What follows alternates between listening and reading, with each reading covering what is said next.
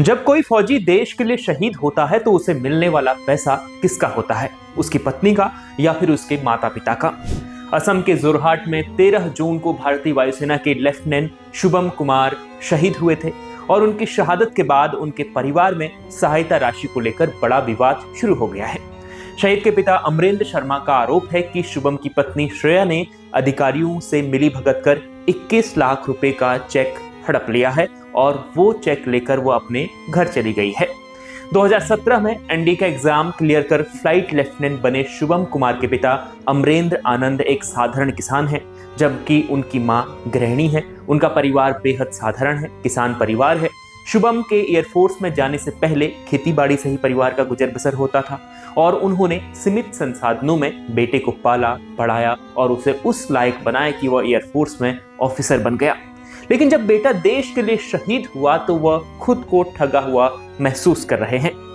शुभम के पिता का आरोप है कि उनके बेटे को लड़की वालों ने बहला फुसलाकर उसकी शादी करवा ली। शादी कोर्ट में हुई जहां शुभम के परिवार वाले नहीं थे, ऐसे शुभम के परिवार का दावा है। केवल लड़की के परिवार वाले थे। हालांकि शुभम की जिस लड़की से शादी हुई थी वह भी एक लेफ्टिनेंट है और दोनों की शादी की बात दोनों परिवारों में चल भी रही थी। शुभम के पिता ने कहा कि 2025 में उन्होंने शुभम के लिए एक रिश्ता देखा था। शादी की बात चलने के 2-3 दिन बाद ही शुभम ने अपनी मां को कहलवाया कि वो एक लड़की को पसंद करता है और वह भी सेना में लेफ्टिनेंट है, और यह सुनकर परिवार खुश हो गया था।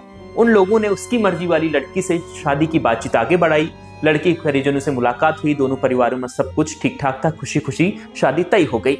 फिर दिसंबर 2025 में शादी की तारीख भी जब तय हो गई थी तो लेकिन उससे पहले शुभम की दादी का निधन हो गया। इसके बाद शादी 1 साल के लिए टाल दी गई थी। लेकिन अब शुभम के घर वालों को पता लगा है कि शुभम ने तो कोर्ट मैरिज कर ली है, और ये बात तब पता चली जब 21 लाख का चेक शुभम की पत्नी को सौंपा गया। अब इस मामले की पूरी टाइमलाइन समझिए, पूरी बात आपको बताते हैं। तो 13 जून को शुभम की शहादत हुई थी असम में। 14 जून को उनका अंतिम संस्कार गया जी के विष्णुपद शमशान घाट पर किया गया था। शहीद के छोटे भाई ने मुखाग्नि दी थी। इसके बाद जहानाबाद के हुल्लासगंज के सीओ अंचल अधिकारी ने अंतिम संस्कार वाले दिन ही शुभम की पत्नी श्रेया को चुपचाप बुलाकर 21 लाख रुपए का चेक दे दिया। अब शुभम के पिता ने आरोप लगाते हुए कहा है कि इस चेक के बारे में सीओ ने ना तो उन्हें जानकारी दी, ना ही उनके परिवार वालों को।